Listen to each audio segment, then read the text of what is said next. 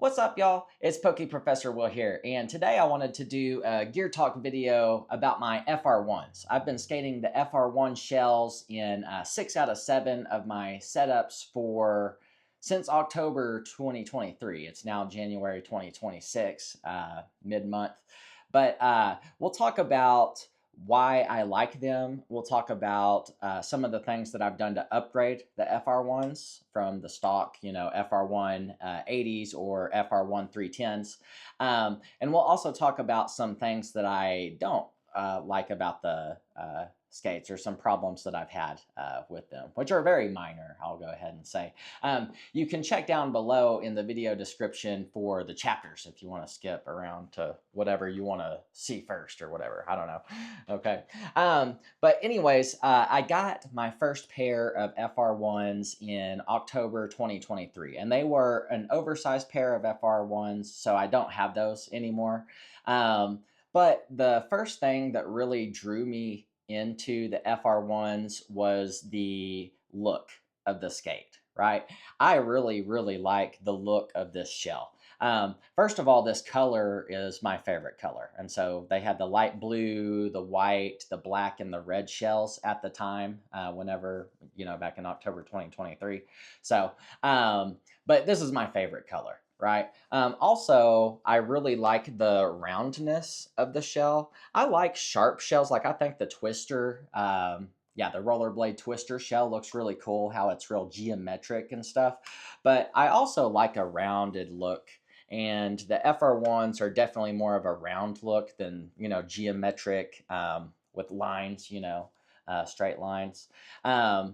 I think that they look really, really good on somebody's foot. When you look at them from the back, when they're on somebody's foot, something about the cuff here just looks really pretty, right? And back in October 2023, I was first starting, so I didn't really have a good sense of what was going to be a good skate for me or not. But, doing a little bit of research and asking people on Discord and stuff, FR1s seemed like a really good skate for me to choose in the beginning, and I'm really glad that I chose them. They've served me well for 28 months now, right? 27 months, whatever the math says. Okay. So the color, the look, right? So another thing that I really like about these shells is the 7-hole mount plate. So both of the mount plates are quite large, right? They have a pretty large surface area compared to other skates that I've seen. And with the aluminum being that much surface area, you get a really nice contact with the frame, right? And that gives us a lot of great power transfer from our foot down to the wheels through the frames. Right. I really like these 7-hole mounting plates. In the beginning, I was like, man, look at all those options. I'll be able to use all these different frames. Honestly, on basically all of my setups, I'm just using the middle two, which are for a 165 millimeter mount. I do, however, use this bottom one as well for an extra frame mount, because most of my frames have at least 2 slots where you could do, multiple frame mounting screws in there. I would hate for my frames to fall off of the boot. I use the 2 middle holes, and then I use this back hole quite often just for an extra frame mounting point, right? So another thing that I really like about these shells is how they fit my foot. If I slip my feet into the shell, the sides of my feet, they're touching the sides of the shell, right? My feet are 269 millimeters, and then my right foot is 268 millimeters. I'm in the size 40 shell, which is the shell number 7. This has a 270 millimeter internal insole length, but with the little bulge in the front, and there's a little bulge in the back beyond the footbed, the insole, you get a little bit more space, right? So it sounds kind of crazy, maybe, for a 269 millimeter foot to be in a 270 millimeter internal shell length, right? Or really it's the insole length. But having that extra about a centimeter or so allows me to fit in these shells with a liner, really tightly. So the fit is great for me, right? The fit is really, really nice for me. The cuffs. So the cuffs here, not only, I already mentioned that they looked really good, but the stiffness and the support that you get with these cuffs is really, really good, right? So as far as like lateral movement, which would be side to side, it's nothing, right? I don't get any lateral flex on these boots, or I can't tell that I'm getting any lateral flex on them. And so that makes them real sturdy in that respect. And we have an adjustable cuff button. So you can adjust the cuff settings, but if you're on the line down, that's the stock setting, and that's the second most rigid setting out of the four. That's what I use on 5 out of my 7 setups. One of my setups, I use the little line in the front, which pushes the cuff forward a little bit. And that is the most rigid setting. That gives us the least amount of forward flex. I don't get a ton of forward flex in these boots on either setting. But I get a little bit, compared to the Act, which was on, I think, the revolver setting 12. The Axe had literally like no forward flex for me at all. These have just a little bit, but not too much. So if we're looking at the other cuff settings, right, just to finish that one off, if you put the line at the top here, that's the loosest setting. And then if you put the line in the back, this is the second loosest setting. So like this one, you can see having those cuff buttons in the looser settings gives us more forward flex than having the cuffs in the less loose settings, right? So if you're wondering which skate setup do I use the forward line on, which is the tightest cuff setting, that would be my arc setup. And it's just because the frames are so long when I'm skating on these. On the normal cuff settings, there's even more forward flex than like my Endless 90s or the Arc CS, which are shorter frames, right? And then we don't have that like leverage to press down on. So another thing that I really like about this boot compared to other boots, I've tried the FR Neo shells, and I've tried the Icon Axe, and I've tried a couple different Flying Eagles. So I haven't tried a whole ton of, shells. But relative to those other shells, the FR1 has a really wide cutout right here. And I don't know exactly what you would call this, but like on the Act, this cutout, it wraps around more, right, on both ends. And for me, I have like a little accessory bone on the top of my foot. So if the skate wraps around a lot and I'm in a performance fit, it's pretty uncomfortable on that little spot right there. But with the FR1 shells, my little bump is like right here, right? So like, I'm all good. So they're really, really, really comfortable. They're really, really comfortable. So now let's talk about some upgrades that I've made to my FR1s, right, to make them even better than they were. I started off skating the stock FR1 80s, right? And then within about a month of skating the FR1 80s, I decided to make my first upgrade. So my first upgrade was upgrading the frames, which all of my setups utilize Endless Blading Company frames.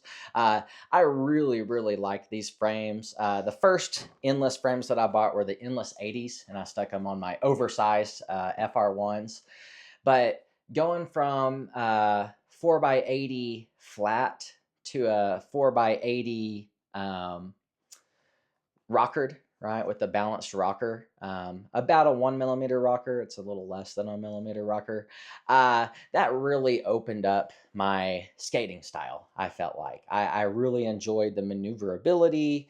I could do a lot of new cool tricks almost instantly from going from a flat setup to a rockered setup. So, endless frames have been really, really crucial, I think, in my skating style, in the way that I'm able to express myself while I'm skating, right? So this setup right here has the endless swans on them, which is a 90, 84, 84, 90 setup. I really like these frames. So also the wheels, the stock FR180s, they come with Street Invader wheels, and those wheels are good. They have a round profile and they're a little bit softer than the wheels that I typically use now. I'm using endless wheels on basically all of my setups. I use luminous wheels on my night setup, right? But the wheels and the frames, definitely an upgrade there, right? So the next thing that I upgraded were the laces, right? So since I skate Intuition Premiums and FR1s, I have two sets of laces, right? I have a set of laces for the shell and then a set of laces for the liner itself. So the laces that I'm using are Derby by, these core by Derby laces. They're wax laces, and so you're able to tighten the laces even better. For my Intuition Premiums, the 45-inch size is basically perfect. If I'm looking for the shell length, right, of the laces, what I do is I use a 96-inch pair, and then I cut them in half. So each side would be 48 millimeters, right? Or 48 inches. I mean, that'd be small, huh? 48 millimeters. But 48-inch length is pretty good size for my shell laces, right? And I'm able to tie those off separately. And having separate laces for the liner and separate laces for the shell, it almost feels like you're getting your skates double tight to me. So I really, really like that. For my this setup, which is the Ultra 100s on a UFR boot, this isn't an FR1, this is actually a UFR. These liners, since the liners share the laces with the shell, I use the size 72 for these, and that's 72 inches is a really good length. If you're using like the FR Intuitions and you need to share lace between the Intuitions and the shells. So the third thing that I did to upgrade my FR1s was to go from the stock liners to the Intuition liners, right? I made a whole video on how I feel about the Intuition liners, so I'll leave that in the description below. You can go watch that if you want a lot more info about how I feel about these liners. I'll say in this video, to get the most out of these FR1 shells, I believe that an Intuition is the way to get the most out of these shells, right? It's definitely an upgrade over the regular liner, right? And it allows me to fit into a smaller shell. Like if I was skating the regular liner, I couldn't fit in the size 7 shell. I'd have to move up to the size 8 shell, which is even a centimeter longer, and it starts to get too long for my foot, right? The fourth thing that we did to upgrade these shells were these Kizer Supreme cuff buckles. The cuff buckles that come with the FR1s, I never had a problem with them, but when I got the Icon X, they came with a set of these Kizer Supreme buckles, and I could tell that these were some really nice quality buckles, right?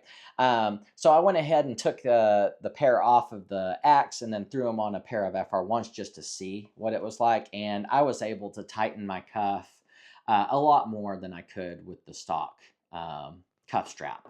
So I went ahead and upgraded all of my FR1s and the UFR boot to the Kizer Supreme buckles. And the Kizer Supreme buckle, it matches the Mercury frames white, right? So I have a few pairs of the Mercury frames. I really like the look of those. So now I want to talk about the things that I don't like about the boot, right? Which are very mild, but you know, it's not perfect. So I do have a couple complaints.